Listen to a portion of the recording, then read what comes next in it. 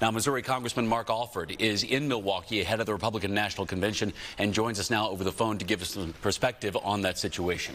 Mark, one of the biggest concerns people have right now is safety. We're less than 24 hours out from the first day of RNC. You're there right now in Milwaukee. So what are you seeing around the city security-wise, and how do you think yesterday's shooting will affect logistics this week? Well, thanks for having me on. Yeah, Leslie and I got into Milwaukee yesterday afternoon right before the assassination attempt on President Trump in Pennsylvania. The first thing we noticed when we came into the hotel here, we are not inside the secure perimeter area, but we have plenty of Capitol Police here. There are going to be many congressmen and women staying at the same hotel we are at. The Sergeant of Arms is here staying in our hotel. They have been here working feverishly to make sure that we are safe.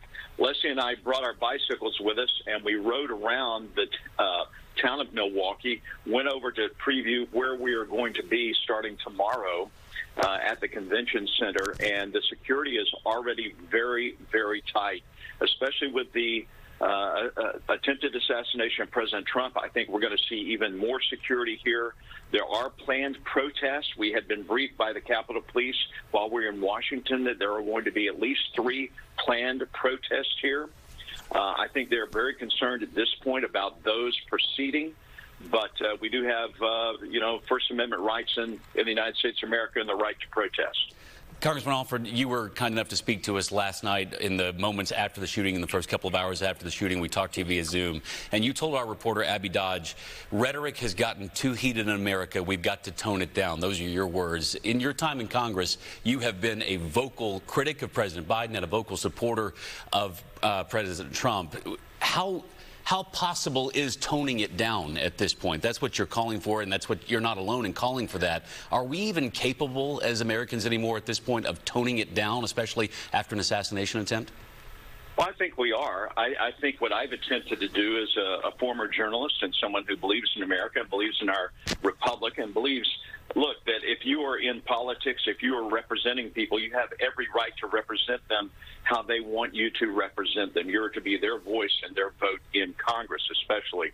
What I'm saying is that we have to be responsible in how we talk about things. I think it is highly irresponsible for the current president of the United States, Joseph Biden, to say on a phone call to donors that it's time to put Donald Trump in the bullseye. Now, I'm sure he wasn't intending for that to get out. I'm sure that had nothing to do with what happened yesterday. But that sort of slippage of the tongue, that irresponsible rhetoric is what I'm talking about. And look, we have people on our side as well, on the Republican side, who, look, we are very adamant that President Trump take back the White House. We have to be responsible as well. But when you have the progressive Democrats saying that Donald J. Trump is a threat to democracy, they talk about dog whistles a lot of times. I think that is a dog whistle to those who want to keep Trump out of office at any cost. Congressman Mark Alford on the phone with us this morning, live from Milwaukee, getting ready for the Republican National Convention. Congressman, thank you for your time again. We appreciate it. Thank you.